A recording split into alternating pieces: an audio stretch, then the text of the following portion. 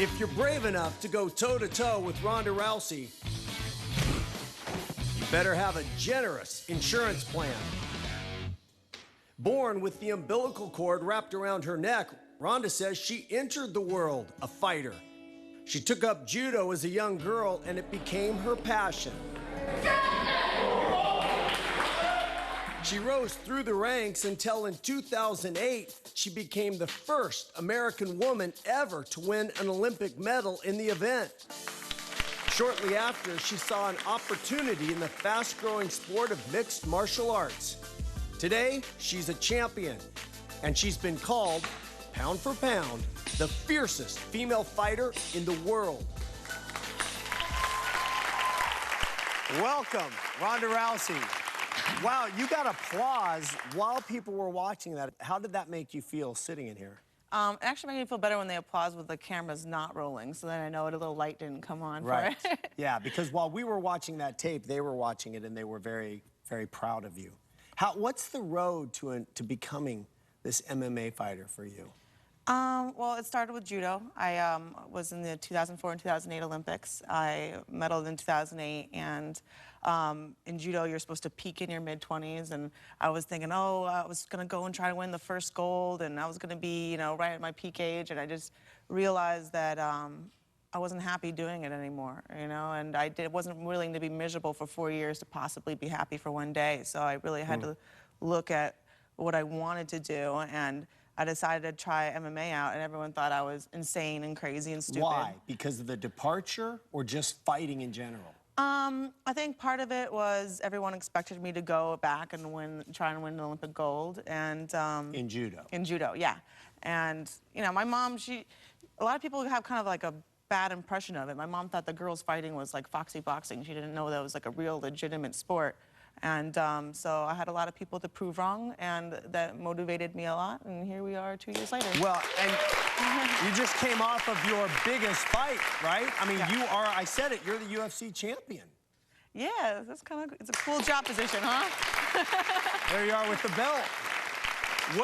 What's the ritual? If I see you back before a fight, what are you doing? The first thing I do when I walk in is I lay down and take a nap. How long before the fight? I mean, they bring me in like a couple hours before, and then I'll sleep until like an hour before. Then my coach wakes me up, and then wraps my hands up, and I warm up, and I just go out and do it. So you don't have anything that has to happen, like I've got to do this or I need to do that, just another fight? Yeah, I mean, it's the same thing that I do every day. My one ritual is something has to go wrong. Like, if everything goes perfectly, I get suspicious.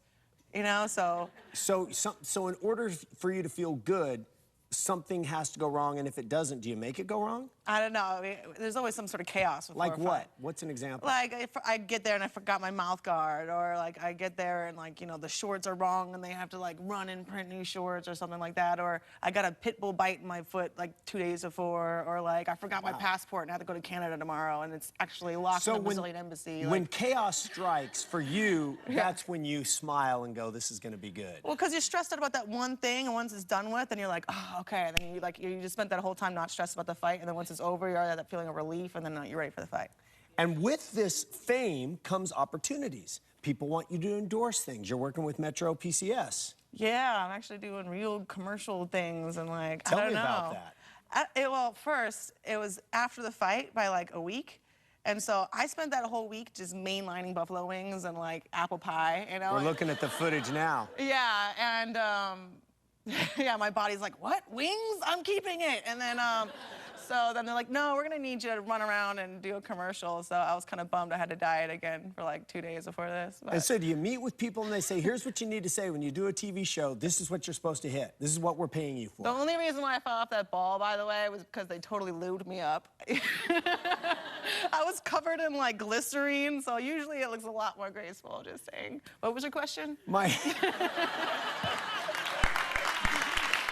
question was, with Metro PCS, do they sit with you and say, okay, here's the deal. We're gonna hire you to be a representative, and here's why, and here's the pitch. Here's what we want you to represent about us. No, they actually wanted the commercial to all like center around me and what I do. So they called me up all like, I could tell there was like a bunch of guys like sitting in a room like around a speakerphone, like taking it all serious. Like, so tell us about you. We need as many details about you. And so they try to get as much information about me as possible. You just said, I kick ass. Next. And, no, I was actually getting my makeup done for like another feature that was getting done while on the speakerphone with them, and I was gonna have to go train in like an hour. And so it was multitasking. Look at you, Miss Hollywood. All right, here's the deal. You take out everybody with you have the signature move, the armbar. And we have Bridget, who's this beautiful, lovely, kind, pleasant woman who's our audience warm-up person, has decided she will take you on. Brian, do we have a little music?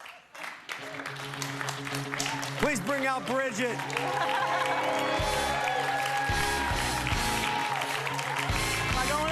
Going over.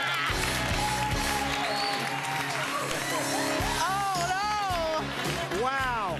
People pay good money for this. I got my fuzzy socks for this. So you're going to show us what... All right, Bridget, hold on, Bridget. You're very excited. Sorry. So you're going to show us the move that you... Okay. Walk us through this. Hi. You know what's going on? Yes, I do. Relax. Yes, I'm relaxed. It's better if you're relaxed. I'm relaxed. There you go. It's coming. Okay. Yep, this is it. Oh.